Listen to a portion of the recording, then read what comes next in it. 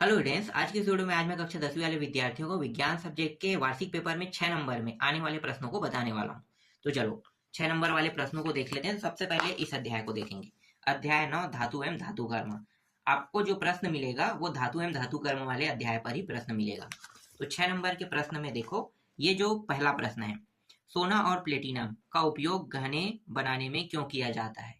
ये प्रश्न 6 नंबर के। देखो यहाँ पे आपको ये सिर्फ छोटा प्रश्न दिखाई दे रहा होगा, लेकिन मैं आपको बता दूं कि 3-3 नंबर के 2 प्रश्न आएगा आपके एग्जाम में। तो 3-3 नंबर के प्रश्नों को जोड़कर 6 नंबर के प्रश्न आपको देखने को मिलेगा। इसीलिए 3 नंबर के प्रश्नों को ही मैं बता रहा हूँ। तो ये एक हो गया। और ये जो प्रश्न है ये मोस्ट आईएमपी प्रश्न है। तो इन अभिक्रियाओं के लिए समीकरण लिखिए। क और ख दो दिया हुआ है, इनके लिए समीकरण लिखना है। ये मोस्ट आईएमपी प्रश्न है।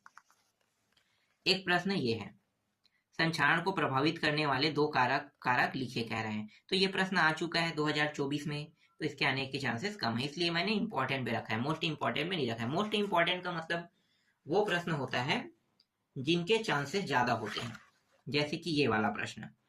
ठीक है, ये मोस्ट आईएमपी में है। मोस्ट आईएमपी प्रश्न।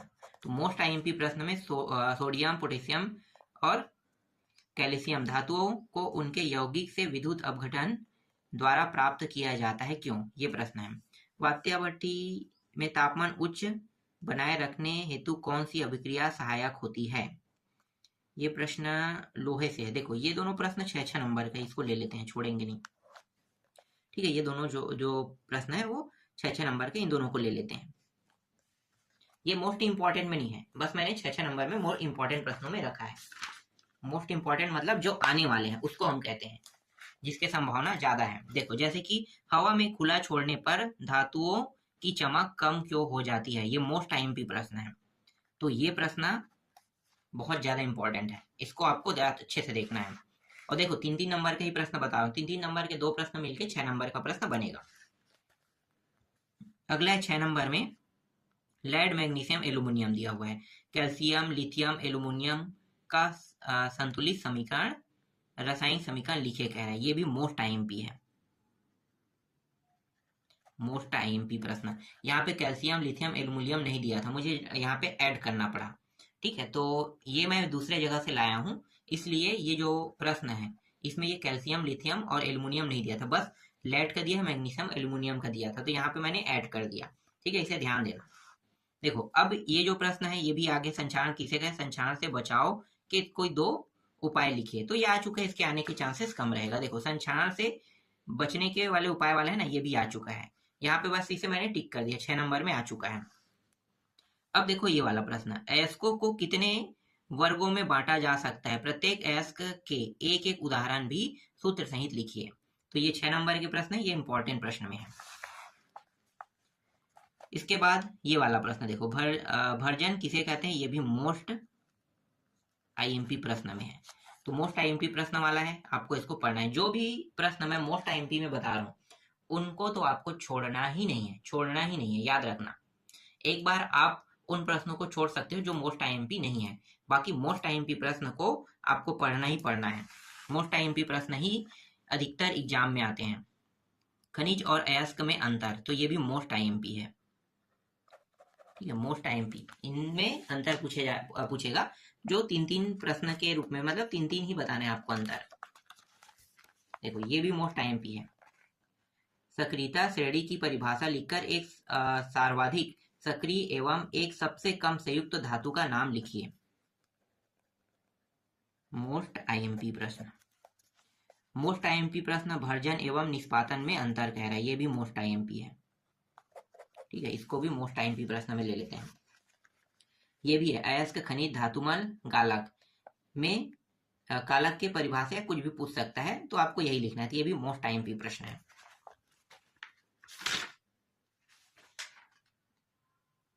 इसके बाद मोस्ट आईएमपी में बस इतना ही तो दिखाई दे रहा है मोस्ट आईएमपी में, बाकी ऐसे प्रश्न बहुत कम आते हैं। देखो संतुलित कीजिए कह के है यहाँ पे प्रश्न, इनके चांसेस थोड़ा सा कम रहेगा। ये वाला छोड़ दो इसको। धात्विक ऑक्साइड से धातुमल के अपचयन की रासायनिक प्रक्रिया समझाइए। ये चलो छोड़ो इसको। छोड़ देते हैं, सीधा यहाँ पे आते हैं। मिश्र धातु किसे कहते हैं? 3 मिश्र धातुओं के नाम अयस्क व उपयोग लिखिए। ये मोस्ट आईएमपी है, ठीक है, ये भी मोस्ट आईएमपी प्रश्न है। अब देखो ये वाला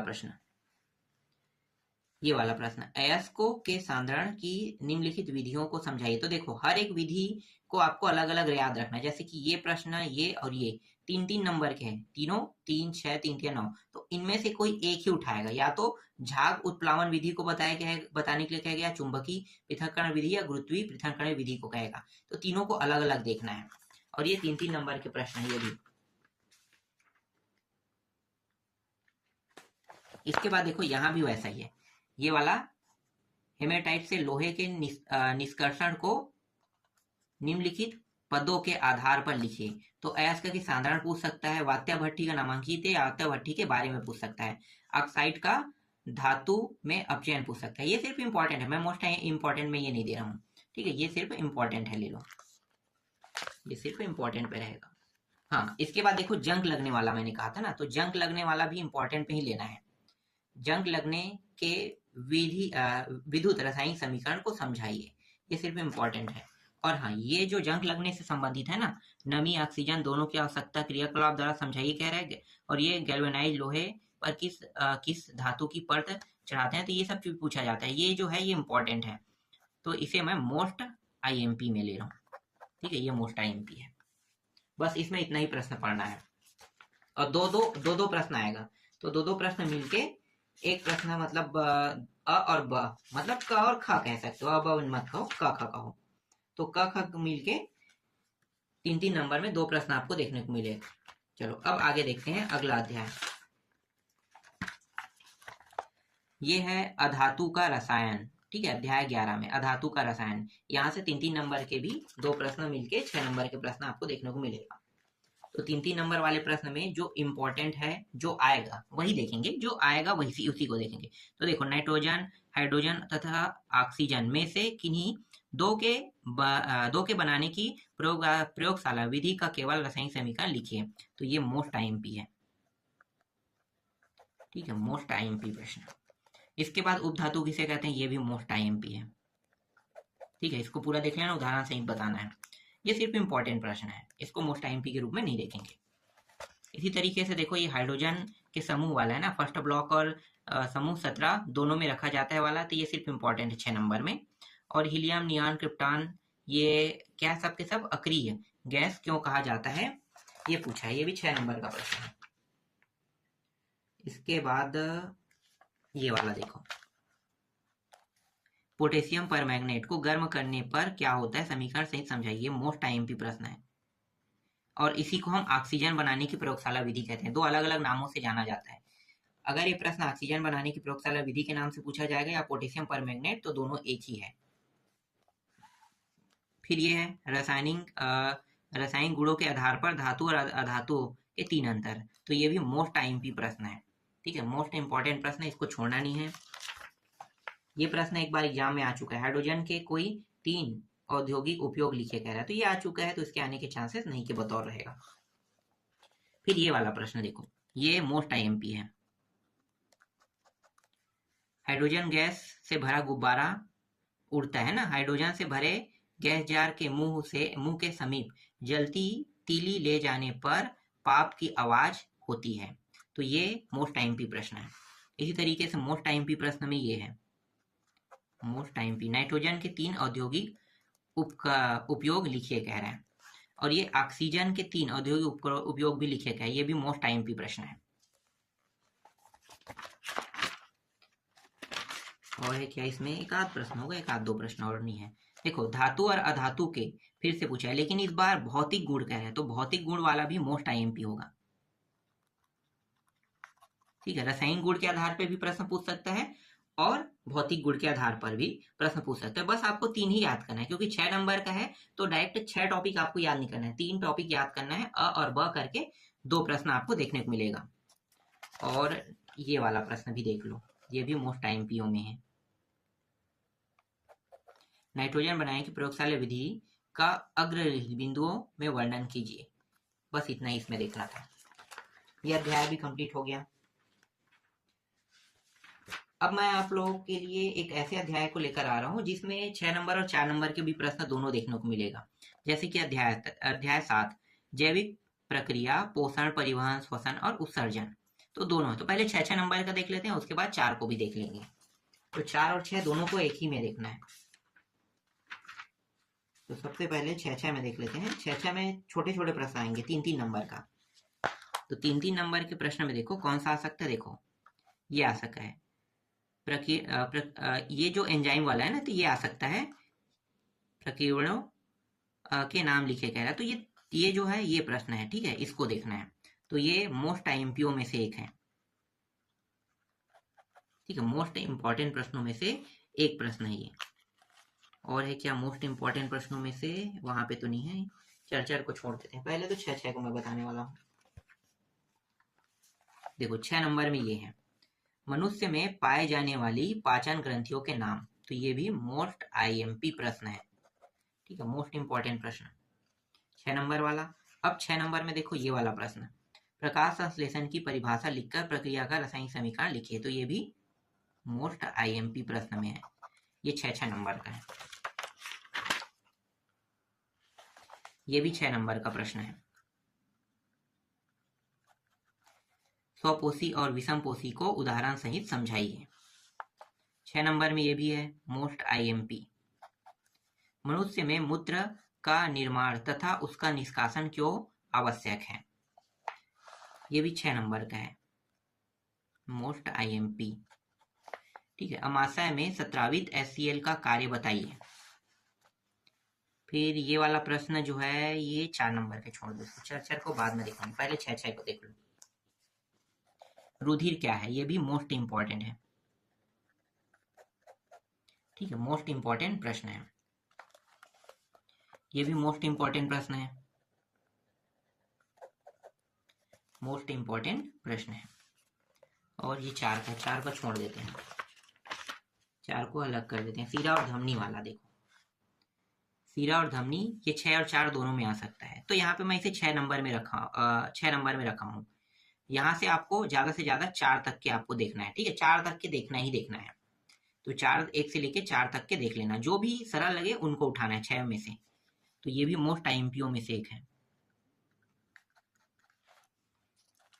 और आक्सी और अनाक्सी श्वसन, देखो आक्सी और अनाक्सी श्वसन वाला, ये भी मोस्ट आईएमपीओ में से एक प्रश्न है।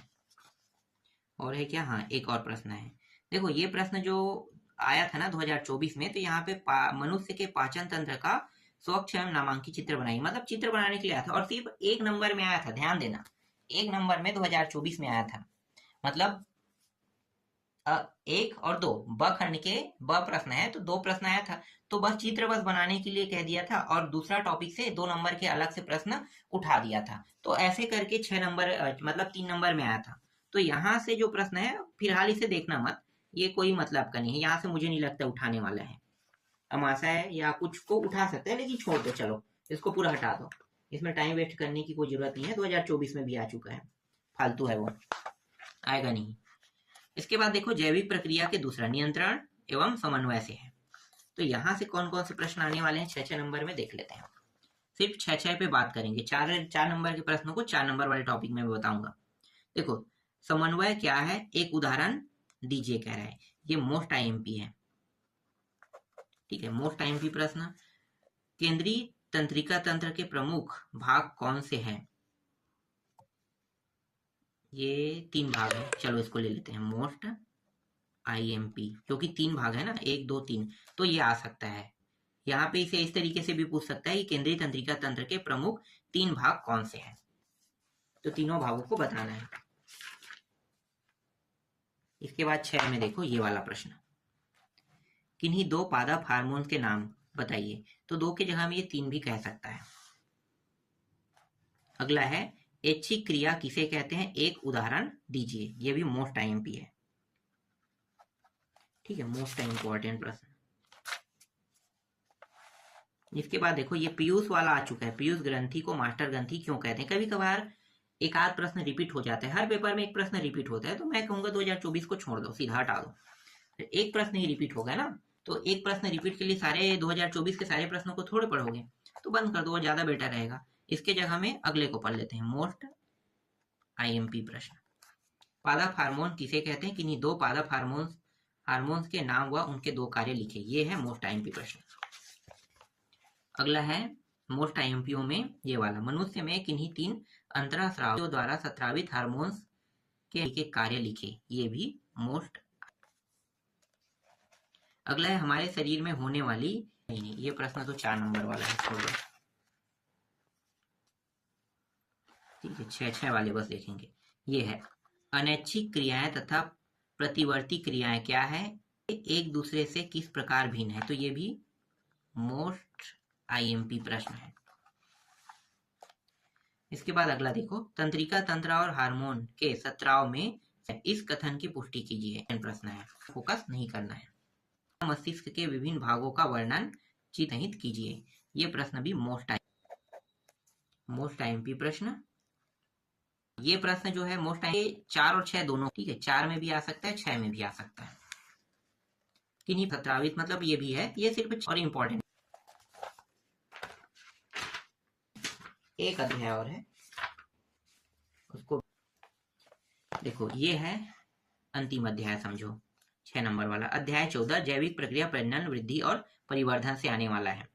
ठीक है, आएंगे वाले हैं 4 वाला। देखो ये प्रश्न है, निषेचन की प्रक्रिया में क्या भूमिका होती, प्रश्न है। ठीक है, मोस्ट इंपॉर्टेंट प्रश्न।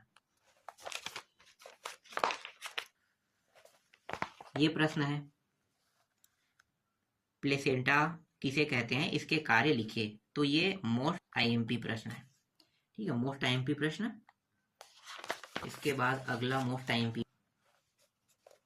ये प्रश्न 4 नंबर में भी है, ठीक है, और दोनों में है। तो मैं इसे 4-6 दोनों में ले रहा हूँ, 4-6 दोनों का।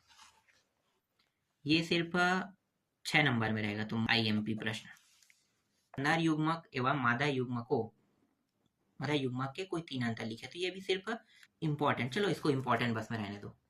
ठीक है, नर युग्मक प्रश्न। इसके बाद ये वाला प्रश्न देखो, बाह्य निषेचन एवं आंतरिक निषेचन कह रहा है। एवं परिवर्धन से आप क्या समझते हैं, संक्षिप्त प्रश्न बस में लो। महिला के स्वास्थ्य किन किन बातों का मोस्ट आईएमपी है, इंपॉर्टेंट प्रश्न। अगला है, क्या गर्भ में पल रहे अनिवार्य है, क्यों। ये सिर्फ इंपॉर्टेंट है। प्रजनन किसी प्रजाति की समष्टि के स्थायित्व में किस प्रकार सहायक है। क्या सभी पौधे में बीज होते हैं, जिनमें बीज नहीं बनते हैं उनके नए संतति कैसे बनते होंगे, इसके बारे में पूछेगा। तो ये भी इम्पोर्टेंट में लेना, ठीक है, समझो। मोस्ट इम्पोर्टेंट पे नहीं आ रहा है। इसके बाद 6 नंबर में ये है, अंडाशय तथा अंडवाहिनी का क्या कार्य है। ये भी इम्पोर्टेंट बस में रखो।